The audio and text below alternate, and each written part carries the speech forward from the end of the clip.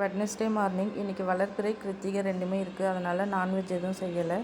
ரெகுலராக தாத்தா ஒருத்தவங்க சைக்கிளில் கீரை வெஜிடபிள்ஸ் எடுத்துகிட்டு வந்து கொடுப்பாங்க. அவங்கக்கிட்ட இன்றைக்கி கீரை தான் வாங்கியிருக்கேன். மேக்ஸிமம் நான் இதெல்லாம் வெளியே வாங்கவே மாட்டேன். இவங்க எடுத்துகிட்டு வர்றதே ரொம்பவே ஃப்ரெஷ்ஷாக இருக்கும். அதனால் இவங்கக்கிட்ட தான் வாங்குறது. இன்றைக்கி கீரை பொரியல் தான் செய்யலான்னு சொல்லிட்டு இருக்கேன்.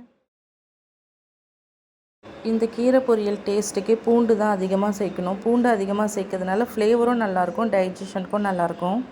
சின்ன வயசுலேருந்தே நான் வெஜிடபிள்ஸ் கீரை இதெல்லாம் சாப்பிடவே மாட்டேன். அதனால் என்னவோ தெரியல 4th ஸ்டாண்டர்ட்லேயே எனக்கு பவர் கம்மியாக இருக்குன்றதுனால ஐ கிளாஸ் போட்டுட்டேன்.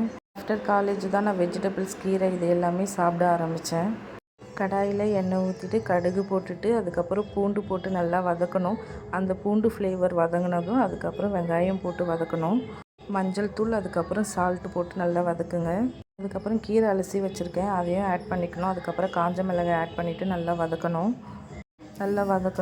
கீரை எப்போவுமே மூடி போட்டு வேக வைக்கக்கூடாதுன்னு சொல்லுவாங்க. அதனால் இப்படி வதக்கினாலே ஒரு 2 மினிட்ஸ் 5 மினிட்ஸ்லேயே வெந்துடும் நல்லா. இன்றைக்கி பிளாக் காஃபி போட்டு குடிச்சிட்டு இன்றைக்கி டே முடிச்சிட்டேன். தேங்க்யூ.